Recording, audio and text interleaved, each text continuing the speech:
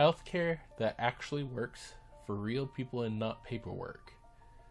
Hey everybody, welcome back. It's just me again, that one guy with a microphone and way too many thoughts about the world for one human brain. Let's get into healthcare.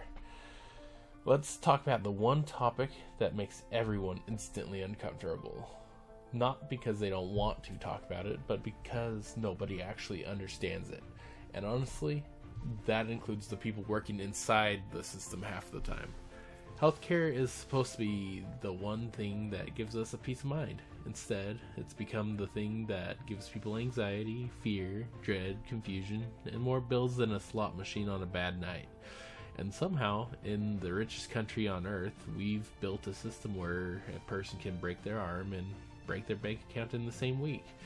I'm not here to pitch political healthcare plans. I'm not waving any team colors. I'm not using buzzwords or branding or anything universal or market driven. I'm talking as a normal person watching other normal people struggle with something that should not be this hard. Let's talk about the problem, the way people live it. You wake up sick, you call the doctor's office, and they tell you, we can get you in 3 weeks from now sometime between 9:12 a.m. and 9:16 a.m.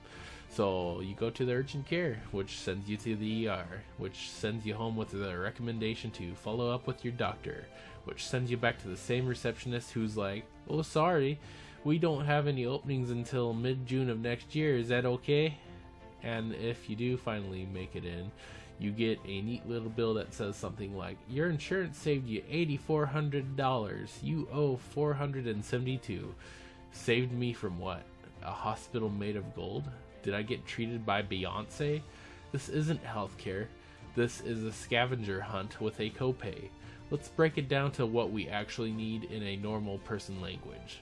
What we need are clinics people can actually get into, doctors who aren't scheduling into next century, mental health access that doesn't require winning a lottery, addiction treatment that's treated like healthcare, not something separate, urgent care that's actually urgent, ERs that aren't our last resort for everything, and predictable costs, so people can plan, not pray.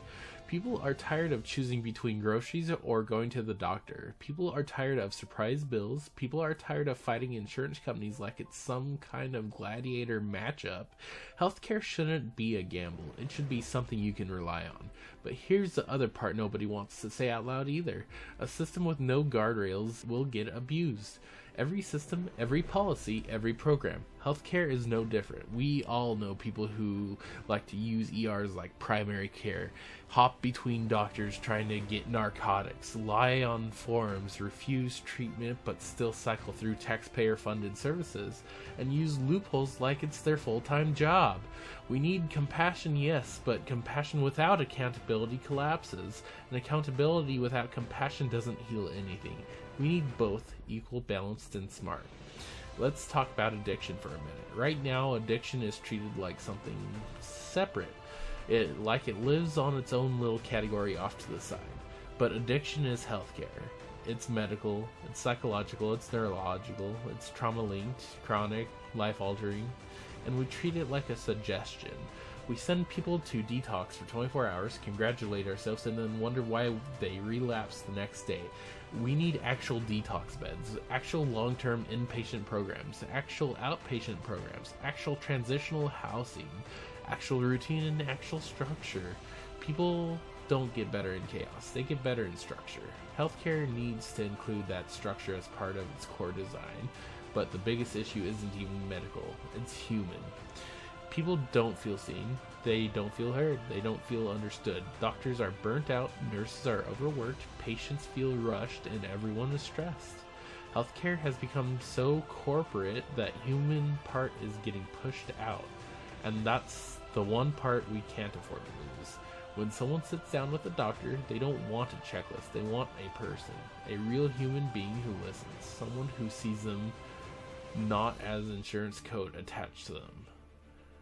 That's how you rebuild trust in healthcare. Not with slogans, but with people talking to people. So what's the solution? It's not politics, it's not ideology, it's not a giant government overhaul, it's just smarter design.